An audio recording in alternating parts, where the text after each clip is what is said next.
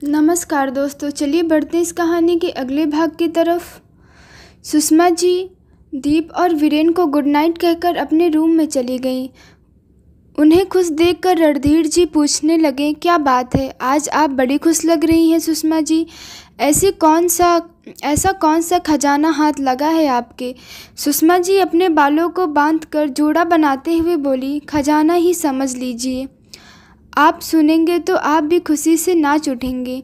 रणधीर जी, अच्छा जी, ऐसी क्या बात है सुषमा जी, अब तो हमें ज़रूर जानना है। सुषमा जी, वीरू शादी के लिए मान गया है। रणधीर जी, कब, कैसे, वो और शादी के लिए? I don't believe this. अपना वीरू जो हमेशा लड़कियों से दूर भागता था, आज वो शादी के लिए राजी हो गया। सुषमा जी, देखा, मैंने कहा था ना कि आप भी बहुत खुश होंगे। रणधीर जी, अच्छा, लड़की कौन है, क्या करती है, ये तो बताओ। सुषमा जी, वो मेरी ही स्कूल में सिंगिंग सिखाती है बच्चों को। मुझे वो हमेशा ही बहुत पसंद थी। आज वीरू ने भी उसे पसंद किया तो सोचा क्यों ना बात आगे बढ़ाई जाए। रणधीर जी हैरानी से, क्या वीरू की पसंद? वो किसी लड़के को भी पसंद करता है? आज का दिन बड़ा शॉकिंग लग रहा है यार। आपको वीरू ने कहा कि वो पसंद करता है उसे? सुषमा जी, नहीं, आपको लगता है वीरू ऐसा कहेगा कभी, लेकिन मैंने उसकी आंखें पढ़ ली, जो नीति का नाम लेते ही चमक उठती हैं। रणधीर जी, किसी ने सही कहा है, एक बच्चे के मन की बात उनकी माँ से कभी नहीं छिप सकती। सुषमा जी, आप तो जानते ही हैं वो लड़कियों से बात करने में कितना हिचकिचाता है, लेकिन अब अपने बेटे की पसंद को उसकी ज़िंदगी में लाने का ये काम हमें ही करना होगा। रणधीर जी, तो क्या सोचा है फिर आपने? सुषमा जी ने चहकते हुए कहा, अब सोचना क्या है, नीति के पेरेंट्स से मिलना होगा ताकि रिश्ते की बात कर सकें, लेकिन उसके पहले एक बार नीति के दिल की बात पता चल जाए कि वो इस रिश्ते से खुश भी है या नहीं, तभी तो बात आगे बढ़ेगी। रणधीर जी थोड़ा मजाकिया अंदाज में बोले, एक काम कीजिए, दोनों बच्चों की मीटिंग फिक्स कराइए। दोनों मिलेंगे, बात करेंगे, एक दूसरे को जानेंगे, तभी बात आगे बढ़ेगी। सुषमा जी उनकी हाँ में हाँ मिलाते हुए बोली, ये तो आप बिल्कुल सही कह रहे हैं। मैं वीरू से इस बारे में बात करूंगी। मैं बहुत एक्साइटेड हूँ अपने बेटे को दूल्हा बनते देखने के लिए। रणधीर जी ने सुषमा जी के चेहरे की खुशी को देखने लगे। वो बहुत खुश थे अपने खुशियों से भरे परिवार को देखकर। इधर खुशी का माहौल बना हुआ था, वहीं दूसरी ओर नीति अपने उधेड़बनों में लगी हुई थी। उसके जहन में सानिया की कही शब्द गूंज रहे थे। वह कमरे में इधर से उधर चक्कर लगाते हुए दीप और सानिया की कही बातें सोच रही थी। कहीं ऐसा तो नहीं सानू ने जो कहा वो सच है? नहीं, ऐसा नहीं हो सकता। दीप तो मेरे देवर बनेंगे, वो मेरे बारे में ऐसा वैसा नहीं सोचेंगे, मगर उन्हें कहाँ पता है मैं वीरेन के लिए क्या फील करती हूँ। अगर सानू की कही बातें सच हो गई तो मैं दो भाइयों के बीच नहीं आ सकती। मुझे जल्दी से जल्दी सब क्लियर करना होगा, वरना मैं पागल हो जाऊंगी।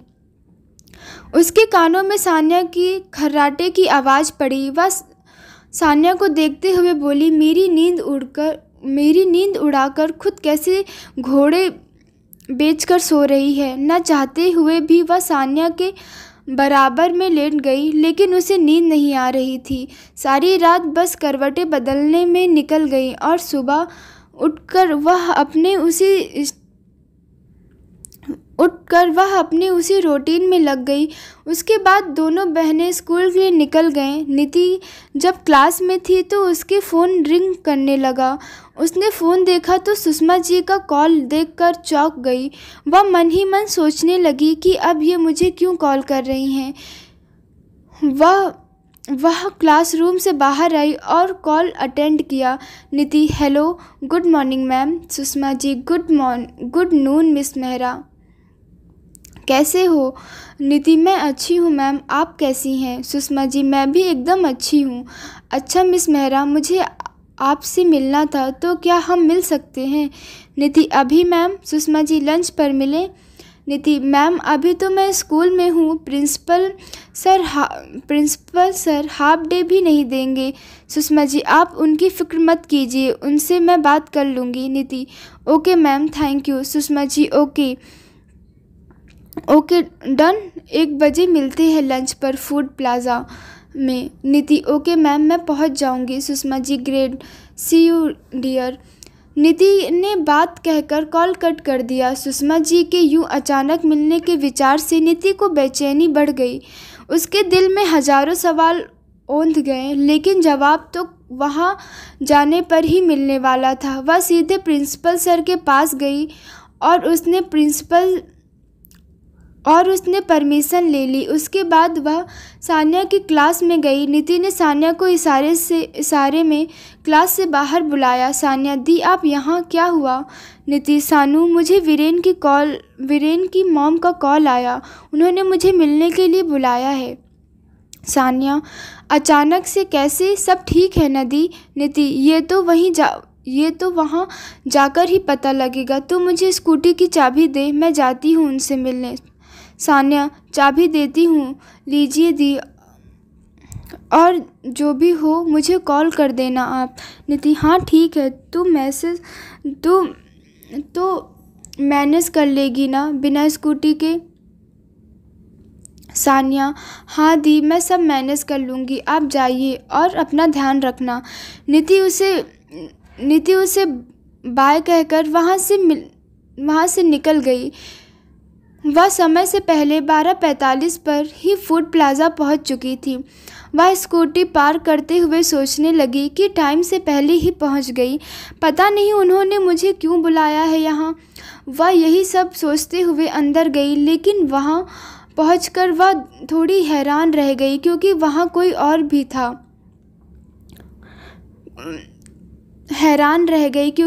कोई भी नहीं था। पूरा रेस्टोरेंट खाली था। नितिन ने वेटर से पूछा तो उन्होंने कहा कि मैडम, किसी ने आज पूरा रेस्टोरेंट बुक किया हुआ है, इसलिए आज कोई नहीं है। नितिन ने उनसे पूछा, यहाँ मिसेस सुषमा सहगल के नाम से कोई टेबल बुक है क्या? यस मैम, आइए मैं आपको ले चलता हूँ। वेटर निति को अपने साथ लेकर चला गया और उसे उसकी टेबल दिखाई। निति को वहाँ छोड़ वेटर वहाँ से चला गया। वहाँ पहले से ही कोई मौजूद था। निति ने वहाँ बैठे शख्स को आवाज़ दी, एक्सक्यूज़ मी। जैसे ही वह शख्स पलटा, निति उसे देखकर सख्त हो गई। निति ने लड़खड़ाती हुई जवान से कहा, आप यहाँ?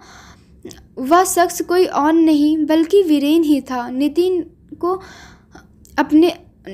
अपने सामने देख वह भी उतना ही हैरान था जितना निति थी।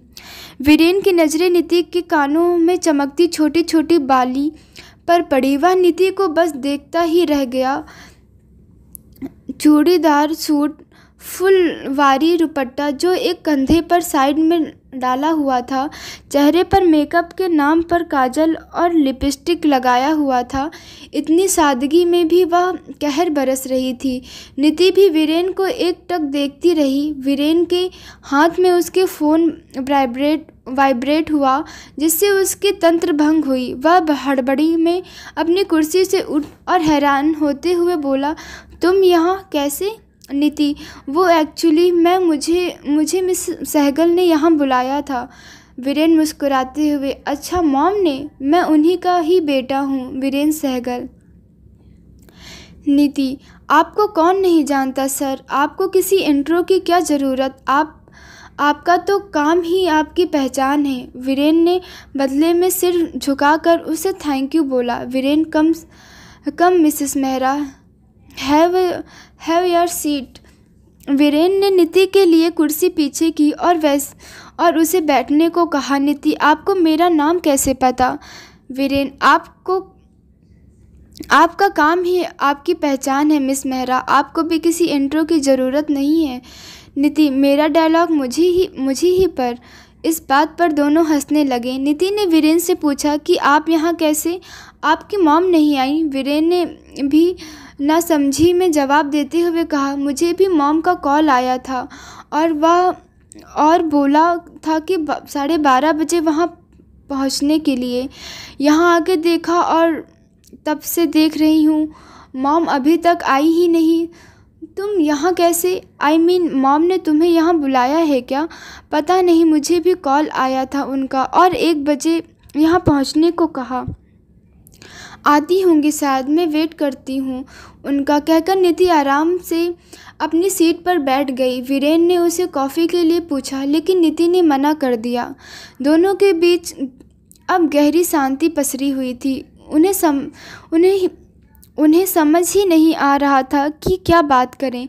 दोनों के मन में बहुत सारी बातें थीं करने के लिए, लेकिन आज एक साथ होकर भी वो कुछ नहीं बोल पा रहे थे, या कहें कि खामोशी बोल ही रही थी।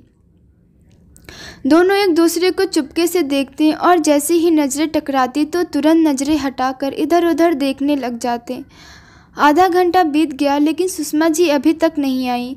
निधि ने टाइम देखा तो वह वीरेन से कहने लगी, आप एक बार अपनी मॉम को कॉल करके पूछना वो कब तक आएंगी। काफ़ी टाइम हो गया, वो अभी तक नहीं आई।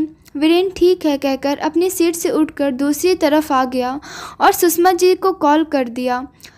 Viren, hello mom. सुषमा जी, हाँ बेटा बोलो। वीरेन, मॉम आपने मुझे यहाँ होटल में बुलाया और निधि को भी बुलाया, आप अभी तक नहीं आई, कहाँ हैं आप? सुषमा जी, मैं तो घर पर हूँ। वीरेन, व्हाट, आप घर पर हैं? तो फिर हमें क्यों बुलाया आपने? सुषमा जी, ओ गॉड, कितना भोला है तू वीरू, क्या होगा तेरा भगवान ही जाने। वीरेन, मतलब आप कहना क्या चाहती हैं मॉम? सुषमा जी, मैंने ये सब तेरे लिए प्लान किया था बेटा। अब तुम दोनों खुद से तो मिल नहीं पा रहे थे तो क्या करती?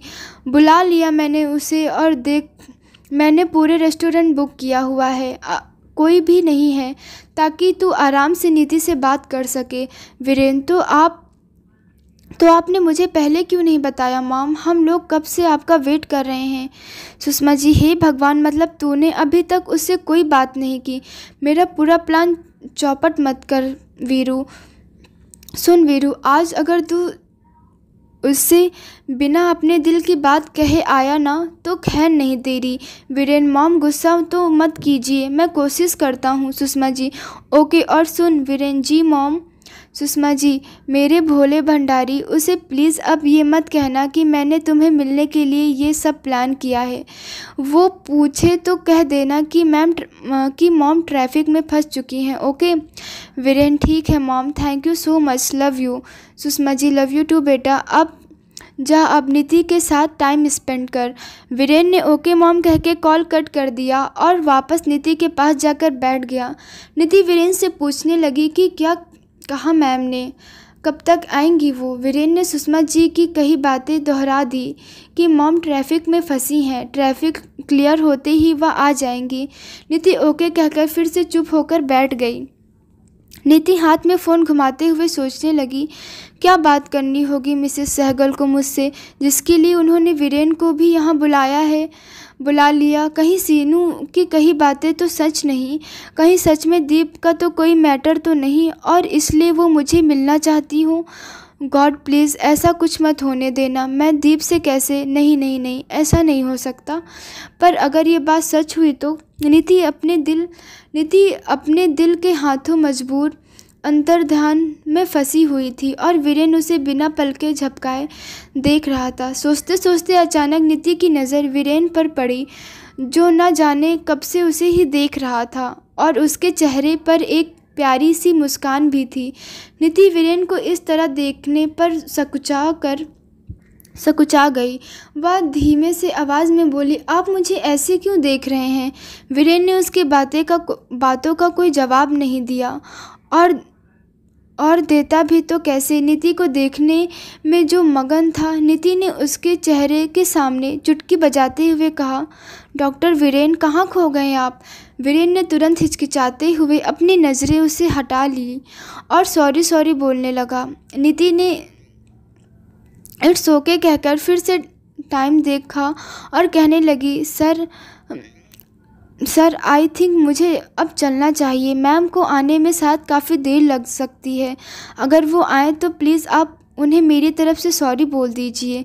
नीति जैसे ही उठने लगी, वीरेन जल्दबाजी में उनका हाथ पकड़कर उसे रोकते हुए बोला कि रुको रुको, तुम इस तरह नहीं जा सकती। वीरेन के हाथ पकड़ते ही नीति एकदम सिहर उठी। वह नीरेन को देखने लगी। वीरेन के छुअन से वह बर्फ सी जम गई। उसके बदन में एक सिरहन सी दौड़ गई और दोनों एक दूसरे में ही खो गए थे। नीति ने अपनी नज़रें झुकाकर अपने हाथ की ओर देखा जिसे अभी तक वीरेन ने थामा हुआ था। वीरेन ने तुरंत उसका हाथ छोड़ दिया और घबराकर 2 कदम पीछे हट गया। दोनों एक दूसरे से नज़रें चुराने लगे। नीति ने नज़रें झुकाते हुए ही कहा कि अच्छा, मैं चलती हूँ अब। वीरेन ने उसे रोकते हुए कहा, नहीं रुको, तुम अभी आई। मॉम ने तुम्हें लंच के लिए इनवाइट किया था, तो तुम बिना लंच किए कैसे जा सकती हो? कोई बात नहीं, मैं घर जाके कर लूँगी, कहकर नीति जाने लगी। वीरेन फिर से बोल पड़ा, मॉम को अच्छा नहीं लगेगा अगर उन्हें पता लगा कि तुम यहाँ तक आई भी और बिना लंच किए चली गई। प्लीज़ रुक जाओ ना। वीरेन ने इतने मासूमियत से कहा कि नीति इस बार वीरेन को मना नहीं कर पाई और वह पुनः अपनी कुर्सी पर बैठ गई। वीरेन ने वेटर को बुलाया और नीति को खाना ऑर्डर करने को कहा। नीति ने दोनों के लिए खाना ऑर्डर किया और कुछ देर में वेटर खाना सर्व करे चला गया। वीरेन ने नीति को खाना स्टार्ट करने को कहा और दोनों बिना कुछ बोले खाना खाने लगे। कुछ देर चुपचाप खाने के बाद वीरेन से जब नहीं रहा गया तो वह खुद ही बोल पड़ा, आई एम सॉरी। नीति, सॉरी फॉर व्हाट?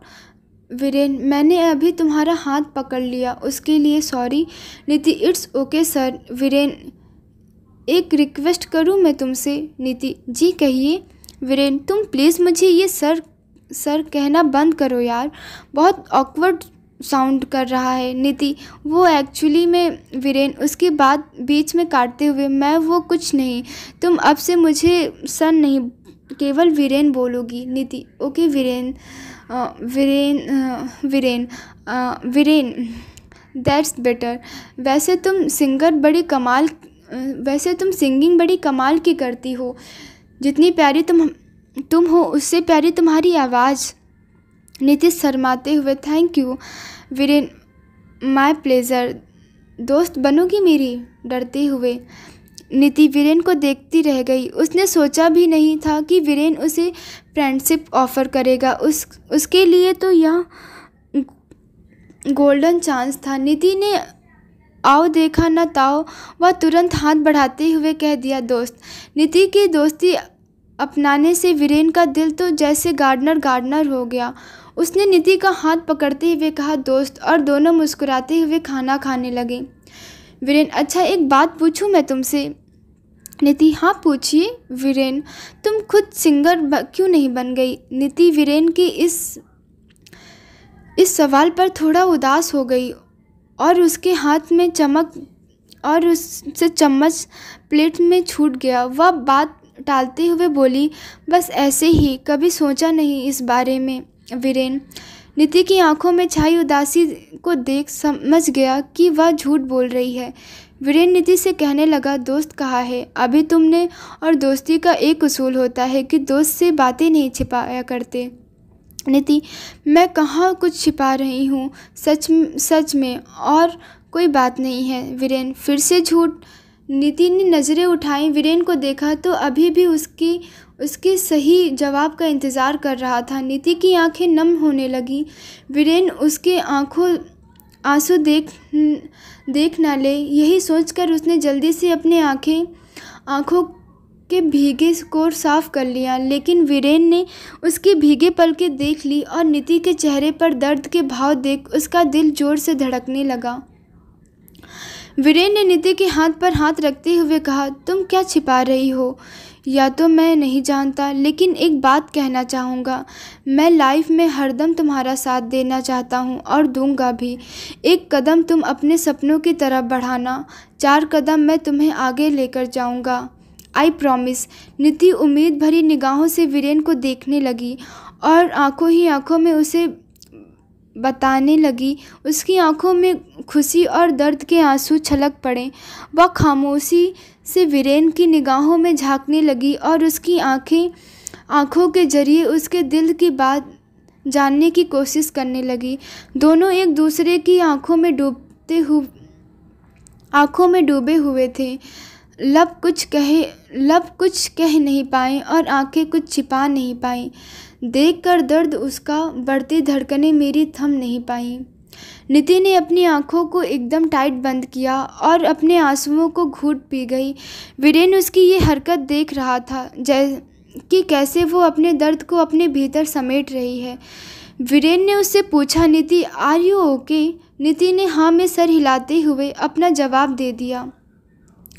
उसने अपनी आंखें खोली और देखा वीरेन का हाथ अभी तक उसके हाथ पर था। उसने धीमे से वीरेन के हाथ के नीचे से अपना हाथ खींच लिया। वीरेन ने भी हड़बड़ाकर अपना हाथ पीछे खींच लिया। दोनों हिचकिचाते हुए एक दूसरे के नज़रें चुराने लगे, लेकिन कुछ कहने की उम्मीद दोनों में ही नहीं थी। कुछ पलों की खामोशी के बाद नीति ने धीरे से कहा, थैंक यू वीरेन। वीरेन ने पानी का गिलास हाथ में लेते हुए पूछा कि थैंक यू किस बात का? नीति ने मुस्कुराते हुए कहा, आज के दिन को इतना खास बनाने के लिए, मुझे समझने के लिए।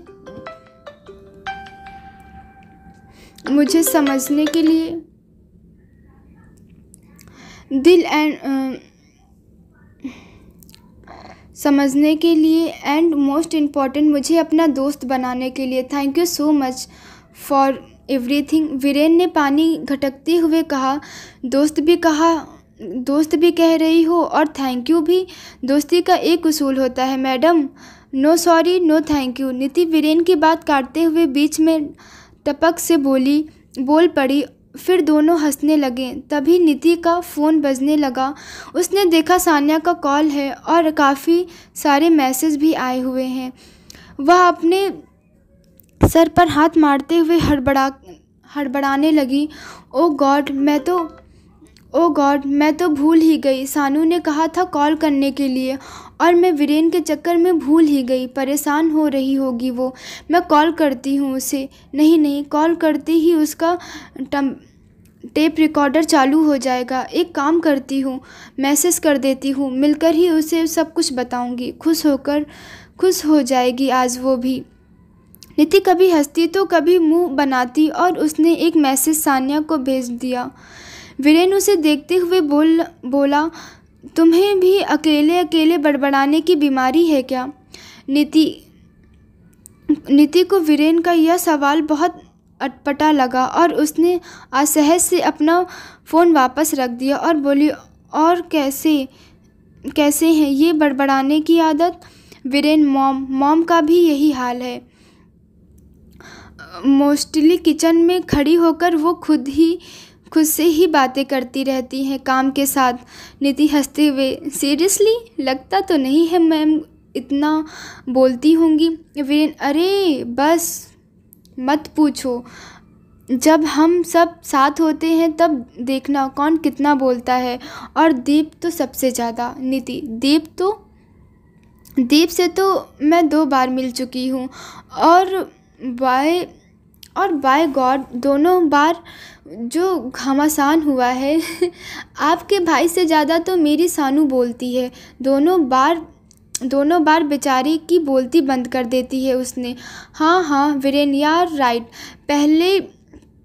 पहली बार ऐसे हुआ है कि किसी लड़की ने दीप की बोलती बंद कर दी है, वरना लड़कियों की बोलती बंद हो जाती उसे देखकर। नीति, हाँ क्यूट तो बहुत लगते हैं वो, स्मार्ट भी है वो।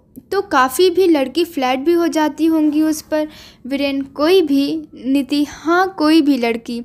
वीरेन: नीति के मुंह से दीप की तारीफ सुनकर चिढ़ गया। वीरेन की जगह कोई और होता तो शायद वह भी चिढ़ ही जाता। वीरेन किसी बच्चे की तरह मुंह फुलाकर बैठ गया। नीति उसके चेहरे से भाप गई कि उसे दीप की तारीफ करना पसंद नहीं आया। उसे दिमाग में और शरारतें सूझने लगी। कहीं से जलने की बू आ रही है। आपको नहीं आ रही? नीति ने अपनी हंसी रोकते हुए वीरेन से कहा। नीति: नहीं तो, मुझे तो नहीं आई कोई बू आ रही। क्या जल रहा है? वीरेन ने अपनी नादानी में जवाब दिया। नीति गुनगुनाते हुए कहने लगी, जिया जले, जा जले, नैना जले, नैनो तले। वीरेन बाकी बातों को भूलकर उसकी आवाज़ में खो गया। वह टेबल पर कोहनी टिकाए उस पर अपना चेहरा रख नीति को गुनगुनाते हुए देखने लगा। नीति ने वीरेन को जब इस तरह खुद को देखते पाया तो वह बड़ा शर्मा गई। उसने वीरेन के चेहरे के आगे फिर से चुटकी बजाते हुए कहा, आप अपना ट्रीटमेंट क्यों नहीं कराते? पता नहीं बार बार कहाँ खो जाते हैं।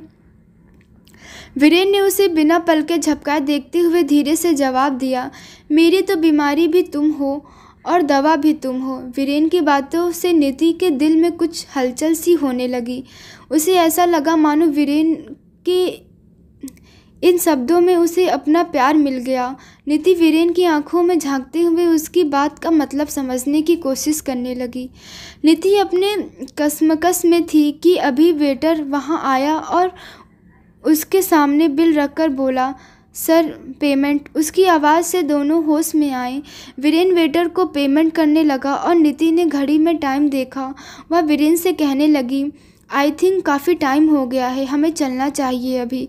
वीरेन ने भी उसकी बात का मान रखा और वह अपनी कुर्सी से उठकर नीति के पास गया। वीरेन ने ध्यान नहीं दिया और उसके पैर नीति के दुपट्टे पर रख गया। नीति अपने सीट से उठी और वीरेन ने एक जेंटलमैन की तरह उसकी कुर्सी पीछे कर उसे चलने का इशारा किया। दोस्तों, आपको हमारी ये कहानी कैसी लग रही है? आप हमें कमेंट करके ज़रूर बताइएगा और हमें अपना ज़्यादा से ज़्यादा प्यार दीजिए। तब तक के लिए नमस्कार। मिलते हैं इस कहानी के अगले भाग के साथ।